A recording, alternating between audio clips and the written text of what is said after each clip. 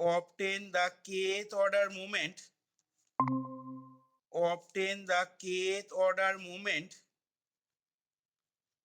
kth order moment about origin লিখবি about origin obtain the kth order moment about origin of chi-square variate with n degrees of freedom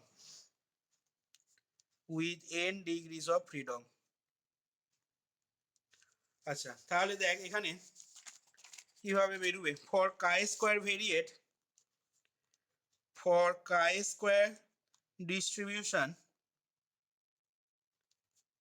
for chi-square distribution we have f of x is equal to e to the power minus x by 2 x to the power n by 2 minus 1 by 2 to the power n by 2 into gamma n by 2 পাশে এখানে লিখে নিলাম where 0 less x less infinity R equal to 0 elsewhere আচ্ছা এবার এখান থেকে আমি নাও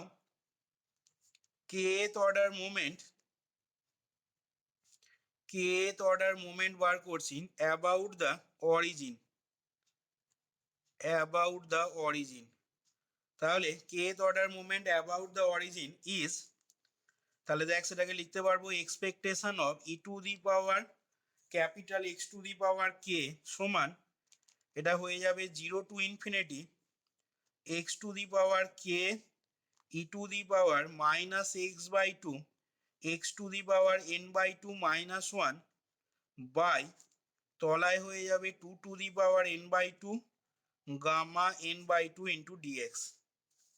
একবার লিখে দিলাম ঠিক আছে e to the power capital X to the power k সমান কত হতো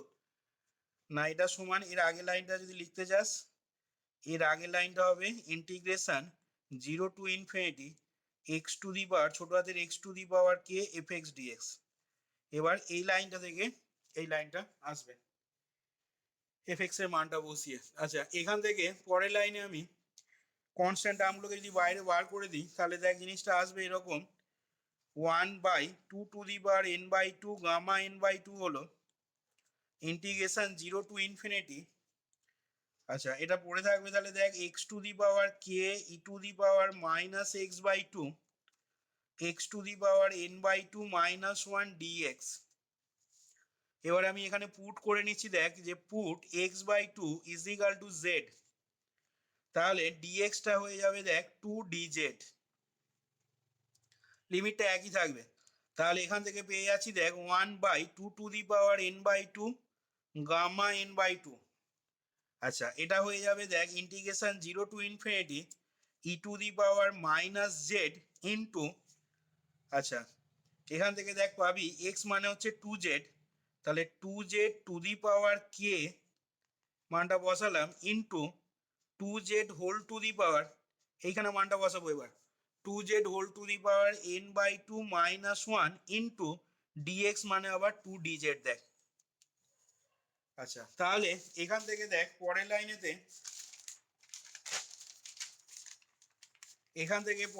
দেখ আমি পেয়ে যাবো তাহলে is equal to 1 by 2 to the power n by 2 gamma n by 2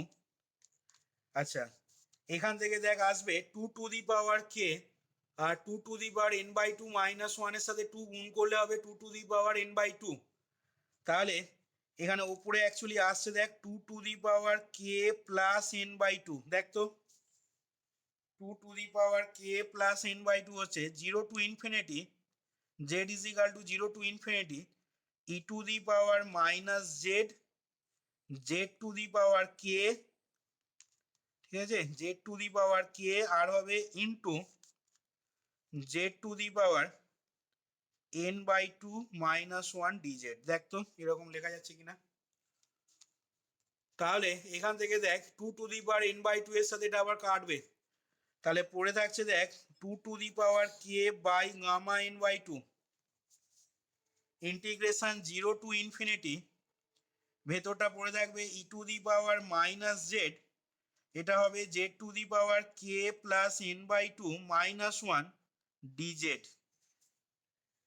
z to the power k plus n by two minus one into dz। আচ্ছা এইখান থেকে লিখতে পারবো দেখ two to the power k gamma n by two. বল দেখি এটা এই ইন্টিগ্রেশনটার মানে কত লিখবো, এর ভ্যালুটা কত হবে? হ্যাঁ gamma n by two plus k. আচ্ছা তাহলে আমরা পেয়ে গেলাম দেখ therefore E of x k. বলতে পারবি এর নোটেশন কি, এটাকে কি সিম্বল দিয়ে লেখা হয়?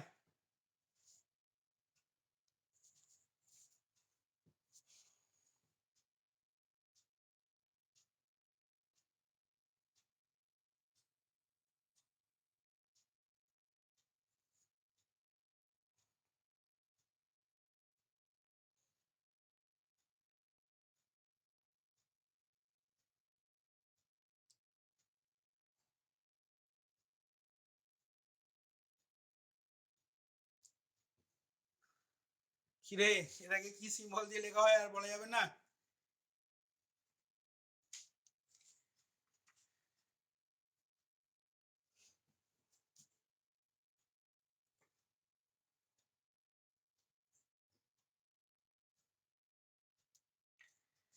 ই of x to the power k সমান এম কে ড্যাশ, এটাই তো k order movement about the origin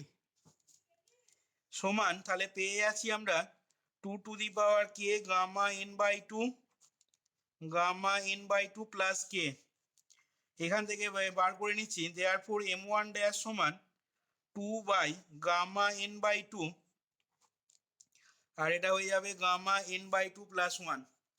তার মানে এখান থেকে দেখ gamma n by two plus one, এটা মানে আবার কত ফ্যাক্টর, তোর গামা এন প্লাস ওয়ান মানে হচ্ছে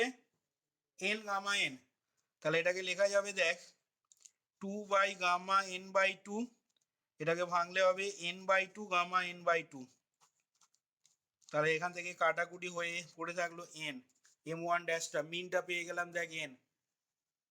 মনে পড়ছে গামা তোর কাই স্কয়ার ডিস্ট্রিবিউশনে মিনটা আমাদের এন বেরিয়েছিল আগে বার করেছিলাম, সেটা দেখ এইখানে আমাদের kth order moment about the origin থেকে দেখ মিনটা বার করা হলো। আচ্ছা এম টু ড্যাশ এটা যদি বার করা হয় তাহলে এটা হবে দেখ টু স্কোয়ার, এখানে এন কে এর ভ্যালু কে এর জায়গায় দুই বসাবি, তাহলে two square by gamma n by two gamma n by two plus two. তার মানে দেখ এটা আসবে four by gamma n by two, আর এটাকে ভাঙলে কত হবে বল, এটাকে ভাঙলে কত হবে?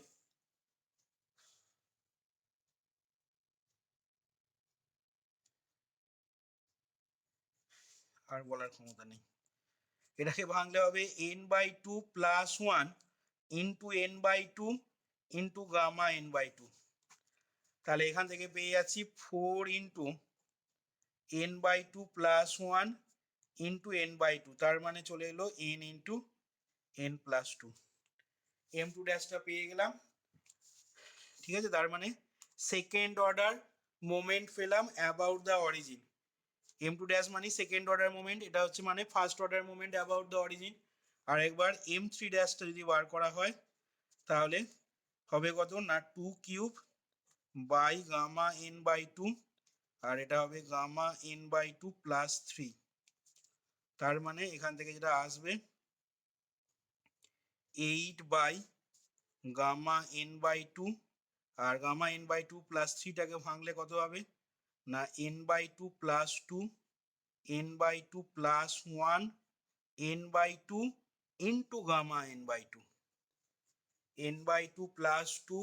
N by two plus one n by two into gamma n by two. তাহলে এইটার সাথে এইটা তখন ক্যান্সেল হয়ে যাচ্ছে। তার মানে আটের সাথে এটাকে যদি গুণ করিস তাহলে আসবে কত, আমি একবারে করে দিচ্ছি, এটা আসবে n into n plus one, sorry এটা হবে n into n plus two হবে, n into n plus two into n plus four, এটা আসবে third order movement about the origin. যেটা হবে সেটা হচ্ছে n into n plus two into n plus four. তাহলে দেখো এইখান থেকে আমাকে যে প্রবলেমটা প্রশ্নটা দেওয়া ছিল যে obtain the kth order moment about the origin of chi-square variate with n degrees of freedom। তাহলে kth order moment about the origin সেটা আমরা mk ড্যাশের মানটা পেলাম এইখান থেকে, এইটা পাওয়া গেছে। এবার ওখান থেকে আমরা first order, second order, third order মুভমেন্টগুলো বার করে নিলাম অ্যাবাউট দ্য অরিজিন। দেখো বোঝা গেল কিনা, দেখো এবার।